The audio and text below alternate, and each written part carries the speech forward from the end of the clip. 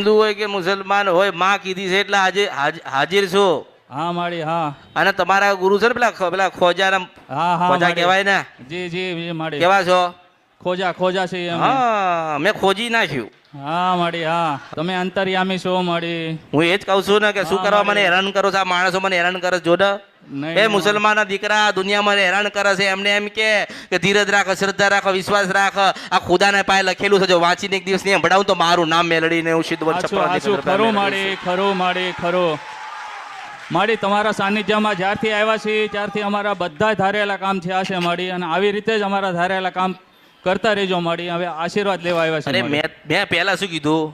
હિન્દુ હોય કે મુસલમાન હોય, મારે નાત જાત ઊંચ નીચ કુટુંબ કબીલો મારે કોઈનાથી કોઈ લેવા ખાવા નથી. મને માં કીધી છે ને એટલે હું એના માટે હાજર છું. હા માળી, હા માળી, ખરું માળી. હવે એક છે ને, માનો કે કોઈક ઘણા સમય